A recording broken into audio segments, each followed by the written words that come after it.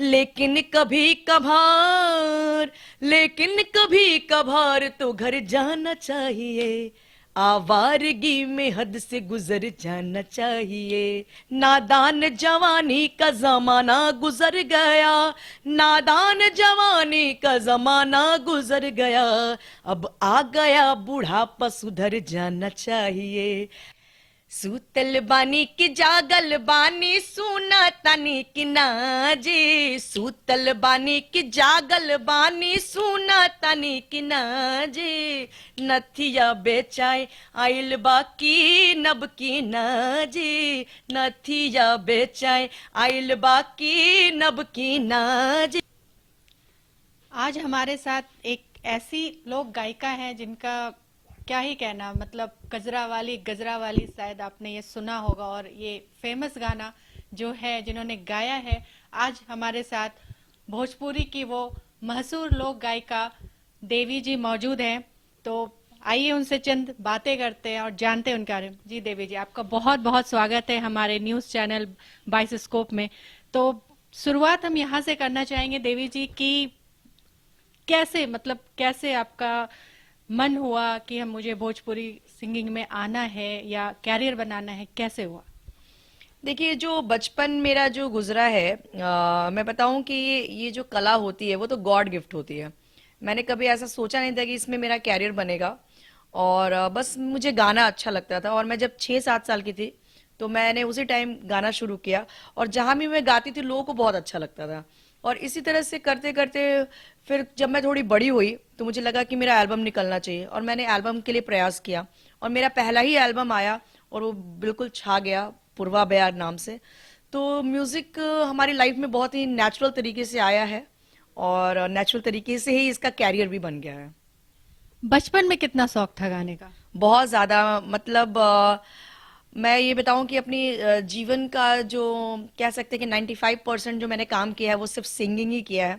और हम लोग छोटे से स्कूल टाइम में भी जब हुआ करते थे तो मेरे जो सारे मोहल्ले वाले हैं वो सारे याद करते हैं कि देवी जब इस मोहल्ले में रहती थी तो इतना चिल्ला चिल्ला के गाती थी, पूरा दूर तक आवाज जाती थी, पूरा गुलजार रहता था मोहल्ला।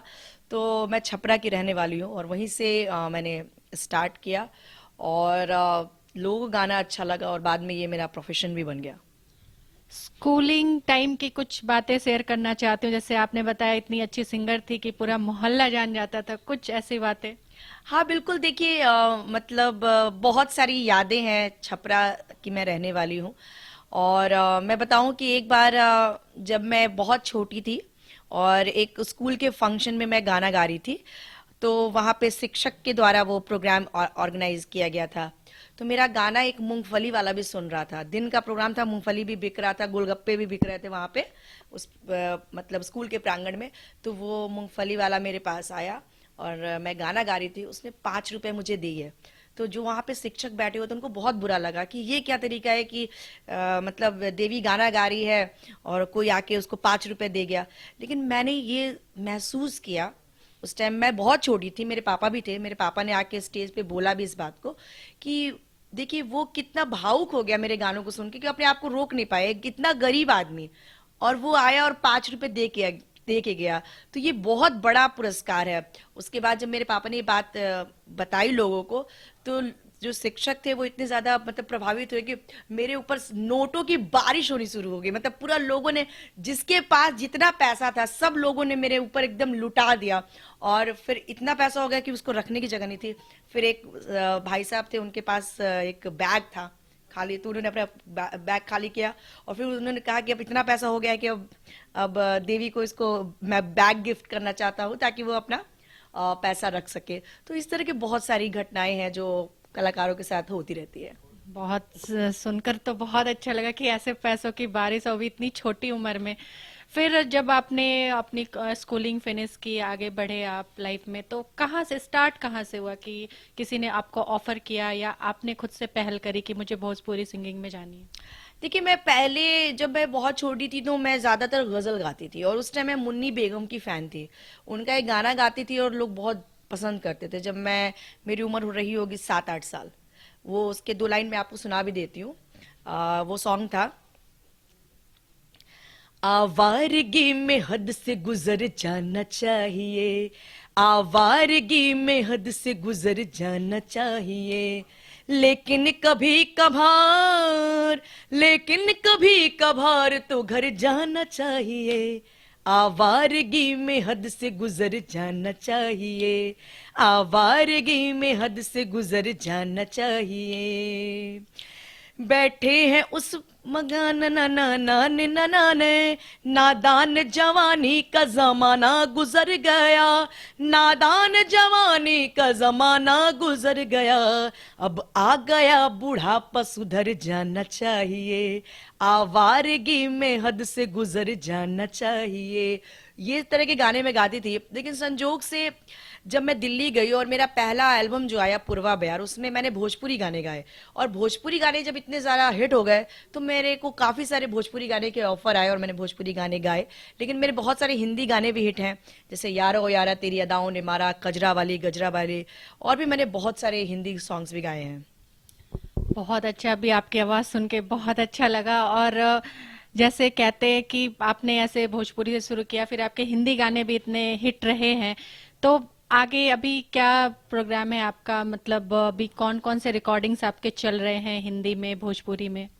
अभी मैंने 14-15 सॉन्ग्स रिकॉर्ड किए हैं, जिसमें हिंदी भी है, और जो हमारा भोजपुरी फोक गाना होता है जो कि काफ़ी अच्छा होता है, जो लोगों को अच्छा लगता है, जन जन को अच्छा लगता है, वैसे बहुत सारे जो गीत हैं उसको मैंने रिकॉर्ड किया है, और वो बहुत जल्दी रिलीज होगा, एंड आई होप कि लोगों को अच्छा लगेगा। क्या देवी हमें भोजपुरी फिल्मों में देखने को भी मिल सकती है? देखिए, मैं अपने आप को एक गायिका मानती हूँ, और मैं अपने आप को सबसे ज़्यादा कंफर्टेबल फील करती हूँ जब मैं गाती हूँ। वैसे मैं थोड़ा एक्ट भी कर लेती हूँ, जब मेरे वीडियोस आप देखेंगे तो उसमें मैं एक्टिंग नज़र करती हूँ, बट मेरा इंटरेस्ट सिंगिंग में है। मैंने एक फिल्म बनाई थी जलसा घर की देवी, और उसे आप देख सकते हैं यूट्यूब पे, बहुत अच्छी फिल्म है। और भोजपुरी फिल्में का ऑफर मुझे बहुत आया, लेकिन मैंने भोजपुरी फिल्म किया ही नहीं, क्योंकि जो भोजपुरी फिल्म आजकल का जो अस्तर है, ना तो उसमें डायलॉग्स अच्छे होते हैं, ना कोई स्क्रिप्ट होता है, ना कोई उनकी स्टोरी में कोई जान होती है, इसलिए मैं भोजपुरी फिल्मों से दूर हूँ। और मे भी अगर कोई अच्छा स्क्रिप्ट मुझे मिला तो मैं कुछ एक्ट करूंगी, बट मैं अपने आप को सिंगर ही मानती हूँ। जी। और कुछ आपकी पर्सनल लाइफ के बारे में बात करें तो, जैसे शादी का क्या आपने सोचा है? अभी कुछ आपकी कंट्रोवर्सी भी हुई थी, कुछ ऐसा बताना चाहिए? देखिए, मैं बहुत ज़्यादा शादी वगैरह क्या है, इंसान की लाइफ अच्छी होनी चाहिए, और आपकी लाइफ अगर अच्छी है तो शादी भी अच्छी होगी, सब कुछ अच्छा होगा। और मैं बहुत ज़्यादा शादी पे फोकस नहीं हूँ। मैं ये सोचती हूँ कि हाँ, अगर मुझे ऐसा कभी फील होता है, वो मैं कभी भी कर सकती हूँ। अगर मुझे लगेगा कि ये व्यक्ति जो है, इसके साथ मुझे अपनी लाइफ गुजारनी है, तो मैं शादी भी कर सकती हूँ। लेकिन फिलहाल मैं फोकस करती हूँ कि कैसे मेरे जो मेरा म्यूजिक कैरियर है वो अच्छा हो, कैसे मेरे अच्छे मित्र बने, मेरे बहुत सारे फ्रेंड्स हैं, मेरे माता पिता के साथ बहुत अच्छा रिश्ता है, मेरे फैंस के साथ बहुत अच्छा रिश्ता है, तो ये सारे कुछ एंजॉय कर रही हूँ, लाइफ बहुत अच्छी जा रही है। और कभी महसूस हुआ कि शादी कर लेनी चाहिए, तो मैं कभी भी कर सकती हूँ। आपके घर में कौन कौन है? मम्मी पापा और कौन कौन है, और वो क्या करते हैं, उनका क्या सोच? देखिए, मेरे मम्मी पापा प्रोफेसर्स हैं। मेरे पिताजी फिलॉसफी के प्रोफेसर हैं, मेरी माताजी बॉटनी के प्रोफेसर हैं। अभी वो लोग फिलहाल रिटायर हो गए हैं, और सारे लोग अभी हम लोग शिफ्ट हो गए हैं ऋषिकेश में। ऋषिकेश में उत्तरांचल में वहाँ पे हम लोग का आश्रम है, देवी म्यूजिक आश्रम के नाम से। वो सारी पूरी फैमिली मिलके हम लोग रन कर रहे हैं अभी फिलहाल। जी। अभी जैसे कुछ शोज हमें महुआ चैनल पे देखने को मिला, आपने होस्ट किया था, उसके बाद हमें कब मिलेगा दोबारा देखने? बिल्कुल, काम तो कर ही रही हूँ, और जैसे जैसे ऑफर्स आते हैं और जो सूट करते हैं मैं उसको करती हूँ। और बहुत सारे अभी गाने आने वाले हैं, and I am very hopeful कि लोगों को वो गाने अच्छे लगेंगे, क्योंकि काफ़ी सारे लोग मुझसे पूछते रहते हैं कि आप काफ़ी दिनों से नज़र नहीं आ रहे हैं, तो बहुत अच्छे अच्छे गाने आने वाले हैं अभी। आपने एक शो का नाम सुना है, बिग बॉस, तो कभी हमें देवी वहां देखने को मिल सकती है? लेट्स सी, मतलब बिग बॉस तो बहुत बड़ा, मुझे लगता है कि वो शो तो बहुत ही एंटरटेनमेंट के लिए है, और उस शो का जो मेन उद्देश्य है वो कोई ऐसा नहीं कि कोई म्यूजिकल शो है, या फिर उनका मेन उद्देश्य ये है कि कैसे टीआरपी मिले, और तो वो वैसे वैसे कैंडिडेट्स को बुलाते हैं जिनसे उनके शो का थोड़ा एंटरटेनमेंट जो है वो बना रहे। तो बहुत ज़्यादा मैं उस शो के लिए बहुत एक्साइटेड नहीं हूँ, वो शो मुझे बहुत ज़्यादा इम्प्रेस भी नहीं करता है, बट इफ़ कोई ऑफर आया तो देखा जाएगा।